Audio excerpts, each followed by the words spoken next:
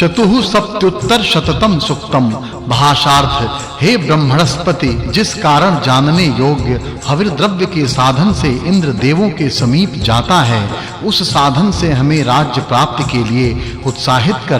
भाषार्थ, हे राजन, शत्रुओं को चारों तरफ से घेर कर हमारी जो शत्रुओं की सेनाएं हैं उनको पराजित कर। जो हमसे युद्ध करने की कामना करते हैं उनको भी पराभूत कर, और जो हमसे स्पर्धा द्वेष करते हैं उनको अभिभूत कर। भाषार्थ, हे राजन, तेजस्वी सविता देव तुझे राष्ट्र प्राप्त कराएं। सोम भी तथा सभी प्राणी मात्र तुझे राष्ट्र प्राप्ति के लिए सहाय करें, जिससे तू सर्वसत्ताधारी होगा।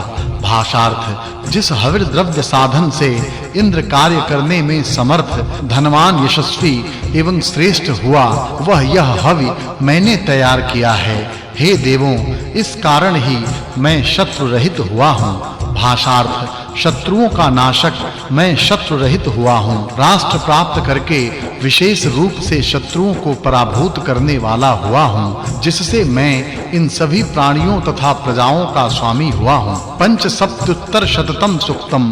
भाषार्थ, हे सोम निचोड़ने वाले पत्थरों, तुम्हें सविता देव अपने सामर्थ्य से सोम निचोड़ने के लिए प्रेरित करें। तुम अभिशव के स्थान पर अपने कार्य में नियुक्त होवो तथा सोम रस निचोड़ो। भाषार्थ, हे पत्थरों, दुखकारिणी प्रजा को हमसे दूर करो, दुर्मति को दूर करो, सुखदायी औषधियों के तुल्य गायों को हमें प्रदान करो। भाषार्थ, प्रीति युक्त और आपस में मिलकर स्थित पाषाण ऊपर नामक पत्थर की चारों तरफ विशेष शोभित होते हैं। वे रस वर्षक सोम में बल बढ़ाने वाले मधु को प्रदान करते हैं। भाषार्थ, हे पत्थरों, सविता देव सोम रस निचोड़ने वाले यज्ञकर्ता यजमान के लिए तुम्हें स्व सामर्थ्य से धर्मानुसार सोम अभिषव करने के लिए प्रेरित करें। षट सप्त्युत्तर शततम सुक्तम। भाषार्थ, ऋभु के पुत्र घोर संग्राम करने के लिए जोर से यश प्राप्ति के लिए निकले। वे विश्वाधार ऋभु जैसे बछड़े अपनी दुग्धवती माता गाय का दूध पीते हैं, वैसे ही पृथ्वी माता को प्राप्त होते हैं। भाषार्थ, हे स्तोता, दिव्य गुण जगत के सभी पदार्थों को जानने वाले अग्नि की उपासना करो, क्योंकि वह अपने दिव्य बुद्धि से हमारे हव्य पदार्थों को विधि पूर्वक देवताओं के पास पहुंचाता है। भाषार्थ, यह अग्नि वही है जो देवताओं के समीप जाता है। यह देवताओं का आहवाता है। इसे आहवनीय आदि यज्ञों के लिए विशेष रूप से ले जाया जाता है, जो रथ की भांति देदीप्यमान दिखाई देता है और ऋत्विक यजमान आदिकों से घिरा हुआ अपने स्व सामर्थ्य से सम्यक रूप से देवों का यजन करना जानता है। भाषार्थ, यह अग्नि अमृत की भांति ही मानव के निमित्त उत्पन्न भय से हमारी रक्षा करता है। यह बलवान से भी बलवान है। विधाता ने जीव के जीवन दान के लिए इसको बनाया है। सप्त सप्त्युत्तर शततम सुक्तम। भाषार्थ, उपार्थ रहित परमेश्वर की माया से प्रज्ञा से व्याप्त सूर्य को विद्वान जन हृदयस्थ मन से जानते हैं। क्रांतदर्शी ज्ञानी सूर्य मंडल के मध्य में उसे विशेष रूप से अवलोकन करते हैं, उसमें स्थित परब्रह्म को जानते हैं तथा विधाता के उपासक वे सूर्य मंडल की परम धाम पाने की कामना करते हैं। भाषार्थ, सूर्य वेद रूपी वाणी ज्ञान युक्त मन से धारण करता है, उसको ही शरीर में वर्तमान प्राणवायु उच्चारित करता है, प्रेरित करता है। तेजस्वी स्वर्गीय सुखदायक तथा बुद्धि की अधीश्वरी वाणी की यज्ञ के स्थान में बुद्धिमान विद्वान श्रेष्ठ प्रकार से सुरक्षित करते हैं। भाषार्थ, संपूर्ण प्राणियों के पालक आदित्य सूर्य को ऊंचे स्थान पर से नीचे जाता हुआ व नाश होता हुआ मैं कभी नहीं देखता हूँ। वह कभी पास और कभी दूर मार्गों से भ्रमण करता है। वह महान दिशाओं एवं उपदिशाओं को अपने प्रकाश से उज्जवल करता हुआ लोकों में बार-बार आता जाता है। अष्ट सप्त्युत्तर शततम सुक्तम। भाषार्थ, उस विख्यात बलवान देवों से सोम लाने के लिए प्रेरित सामर्थ्यवान युद्ध में रथों को जीतने वाले, कभी नष्ट न होने वाले, आयुधों से सुसज्ज शत्रु सेना पर विजय प्राप्त करने करने वाले तथा शीघ्रगामी त्राक्ष गरुण को कल्याण प्राप्ति के लिए इस कार्य में बुलाते हैं। भाषार्थ इंद्र की भांति गरुड़ के दान को बार-बार आवाहित करने वाले हम कल्याण के लिए दुर्गम सागर को पार करने के लिए जिस प्रकार नौका का आश्रय लेते हैं, उसी प्रकार विपत्ति दुख से पार होने के लिए तेरे दान पर हम अवलंबित हैं। हे विस्तृत विशाल गंभीर एवं प्रख्यात द्यावा पृथ्वी, तुम्हारे तार्क्ष के आते और जाते समय हम नष्ट न हों। भाषार्थ जो तार्क्ष से भी शीघ्र ही अपने बल से सूर्य जैसे अपने तेज से वृष्टि का विस्तार करता है, वैसी ही पंचजन तथा जल का निर्माण करता है। इसकी गति सहस्रों सैकड़ों धनों को देने वाली है। बाण के लक्ष्य में संलग्न होने की भांति इसकी गति को कोई नहीं रोक सकते। एको नाशित्युत्तर शततम सुक्तम। भाषार्थ हे ऋतुजों, उठो, प्रत्येक ऋतु में इंद्र के सेवनीय भाग की अवलोकन करो। यदि वह भाग पक गया है तो इंद्र के लिए होम करो, यदि वह नहीं पका है तो स्तोत्रों से प्रार्थना करो। भाषार्थ हे इंद्र, हवि पक्व हुआ है, तू श्रेष्ठ रीति से शीघ्र आ। सूर्य मार्ग के बीच में आ गया है, मध्याह्न हो गया है। मित्र ऋत्विज विविध सोम आदि यज्ञ सामग्री सहित तेरी प्रतीक्षा करते हैं। जैसे कुल के वंशज पुत्र विचरण करने वाले गृहपति की राह देखते हैं। भाषार्थ गाय के स्तन में दुग्ध रूप हवि पक्व हुआ है, ऐसी मेरी धारणा है।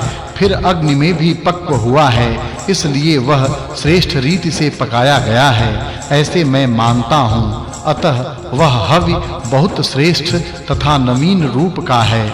हे वज्रधर, अनेक पराक्रम करने वाले इंद्र, प्रसन्न होकर तू मध्याह्न के यज्ञ में अर्पित किए सोम रूप हवि का पान कर। अश्युत्तर शततम सुक्तम। भाषार्थ हे बहुस्तुत इंद्र, तू शत्रुओं को पराभूत करता है, तेरा सामर्थ्य उत्तम है। यहाँ तेरा दान हमें प्राप्त हो, इसलिए तू दाएं हाथ से अनेक प्रकार के धनों को दे। तू धन संपन्न नदियों का स्वामी है। भाषार्थ हे इंद्र, कुत्सित विचरण करने वाले तथा पर्वत निवासी सिंह की भांति तू भयंकर है। वह तू बहुत दूर प्रदेश से द्युलोक में भी आ, बहुत वेगवान एवं तीक्ष्ण वज्र को श्रेष्ठ रीति से तीक्ष्ण करके हमारे शत्रुओं का नाश कर और युद्धेच्छु हिंसकों को दूर कर। भाषार्थ हे इंद्र, सुंदर संरक्षक एवं स्तुत्य तेज को बल को लेकर उत्पन्न हुआ है। हे काम पूरक, हम मानवों के साथ शत्रुत्व करने वाले लोगों को तू दूर कर। तुमने देवों के लिए विस्तीर्ण स्वर्ग का निर्माण किया है। एकाशीत्युत्तर शततम सुक्तम। भाषार्थ जिसका नाम प्रथ तथा सप्रथ थे, उनमें उसे वशिष्ठ ने अनुष्टुप छंद से हवि को अर्पित किया। वह हवि प्रदान करने का उपयुक्त साधन रथंतर नाम का साम है। वह वशिष्ठ के धाता तेजस्वी सविता एवं विष्णु से प्राप्त किया था। भाषार्थ उन धाता आदियों ने जो यज्ञ का परम आधार और गुप्त था तथा जो बृहत् साम नामक तेजस्वी सबसे परे स्थित है, उसे पाया था। यह बृहत् साम धाता तेजस्वी सविता विष्णु। भाषार्थ प्रयाग नामक यज्ञ में नराशंस अग्नि हमारी रक्षा करे। स्तोत्रों से स्तुति करते समय में अनुयाज अग्नि हमें सुख शांति प्रदान करे। वह बुराई से दूर करे, दुष्ट बुद्धि को नष्ट करे तथा यजमान को शांति दे और उसके भय का नाश करे। भाषार्थ तप्त सिर वाला बृहस्पति जो ब्रह्म द्वेष्टा दुष्ट राक्षस है, उनको पीड़ित करे तथा वह हिंसक शत्रुओं को भी नष्ट करने के लिए उन्हें त्रस्त करे। वह अमंगल को दूर करे तथा दुष्ट बुद्धि का नाश करे और यजमान को सुख शांति दे तथा उसके भय को दूर करे। त्रयशीत्युत्तर शततम सुक्तम। भाषार्थ हे यजमान, तुझे बुद्धि से कार्यों के ज्ञानी, तप से सुकृत से उत्पन्न तथा तप से सर्वत्र प्रसिद्ध हैं, यह जाना है। हे पुत्र की इच्छा करने वाले, तू इस लोक में पुत्रादि तथा धन को पाकर प्रसन्न होवो, श्रेष्ठ संतान उत्पन्न कर। भाषार्थ हे पत्नी, सुंदर रूप वाली तू अपने शरीर में ऋतु काल के यथा समय गर्भाधारण रूप कार्य के लिए पति के संबंध की कामना करती हुई तुझे मन से मैंने देखा है। पुत्र की इच्छा करने वाली तू तेरे समीप आकर यौवन से युक्त तरुणी हो जा, प्रजा उत्पन्न कर माता बन। भाषार्थ मैं औषधियों से गर्भ का स्थापन करता हूँ, मैं समस्त भुवनों के अंदर हूँ, मैं पृथ्वी के ऊपर प्रजाओं को उत्पन्न करता हूँ, मैं स्त्रियों से तथा दूसरी स्त्रियों से भी पुत्रों को पैदा करता हूँ। चतुर्शीत्युत्तर शततम सुक्तम। भाषार्थ व्यापक देव विष्णु गर्भाधान स्थान श्रेष्ठ समर्थ करें, त्वष्टा अनेक अवयव बनाएं, प्रजापति वीर्य सेचन में सहायक हों। हे स्त्री धाता तेरे गर्भ का धारण करे। भाषार्थ हे सीनी वाली देवी तू गर्भ को धारण कर गर्भ का संरक्षण कर। हे सरस्वती तू गर्भ का संरक्षण कर। हे स्त्री कमल माला धारण करने वाले अश्वदेव तेरे गर्भ का धारण करें।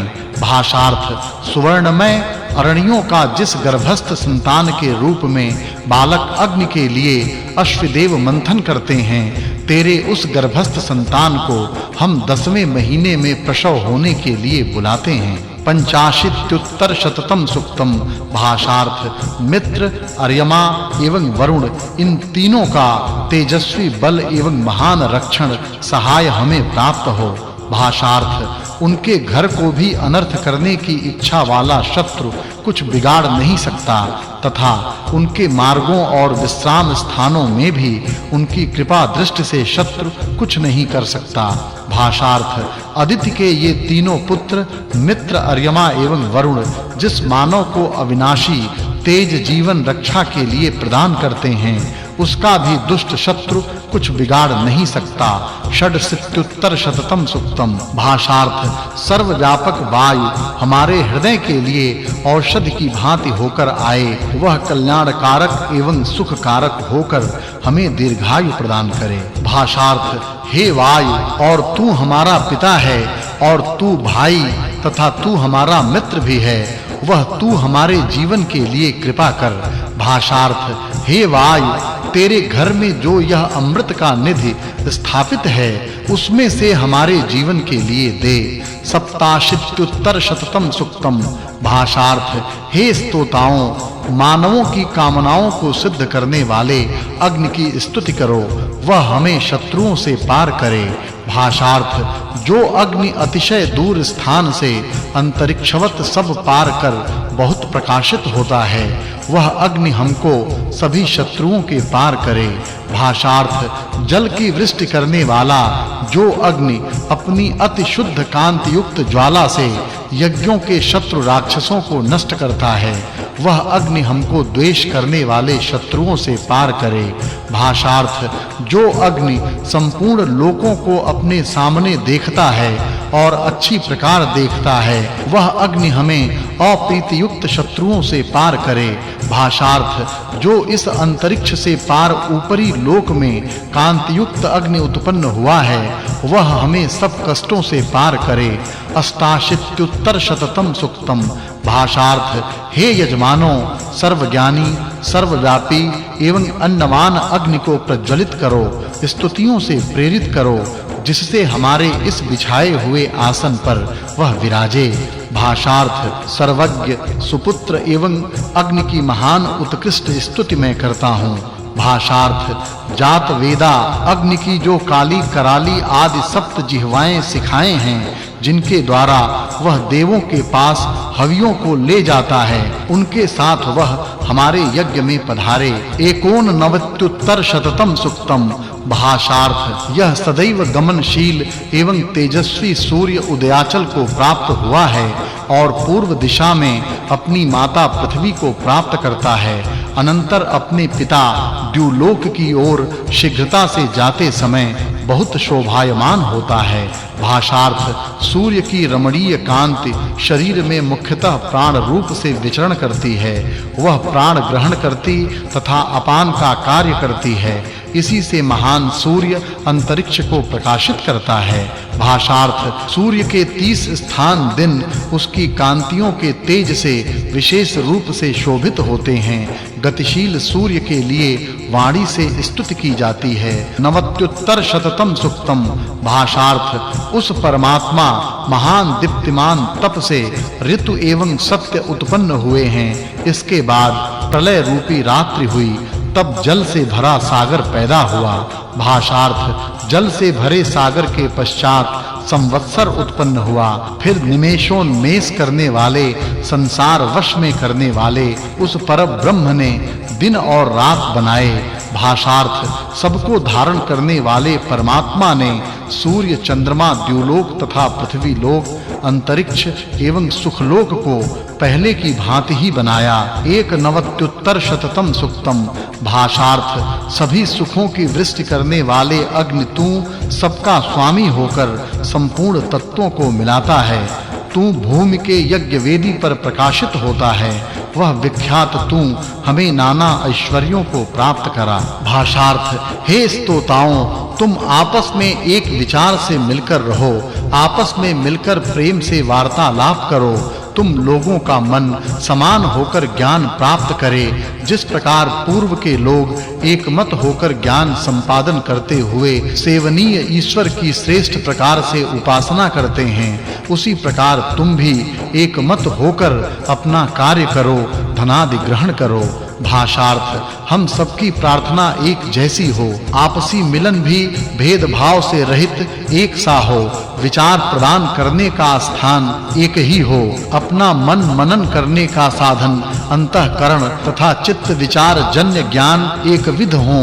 मैं तुम्हें एक ही उत्तम रहस्यपूर्ण वचन कहता हूँ और तुम्हें एक समान हवि प्रदान करके सुसंस्कृत करता हूँ। भाषार्थ तुम्हारा संकल्प एक जैसा रहे तथा तुम्हारे हृदय एक विध एक जैसे हों, तुम्हारे मन एक समान हों, जिससे तुम्हारे आपसी कार्य पूर्ण रूप से संगठित हों। इत्यष्टमाष्टके अष्टमोऽध्यायः इति दशमं मंडलम इति ऋग्वेद संहिता। ओम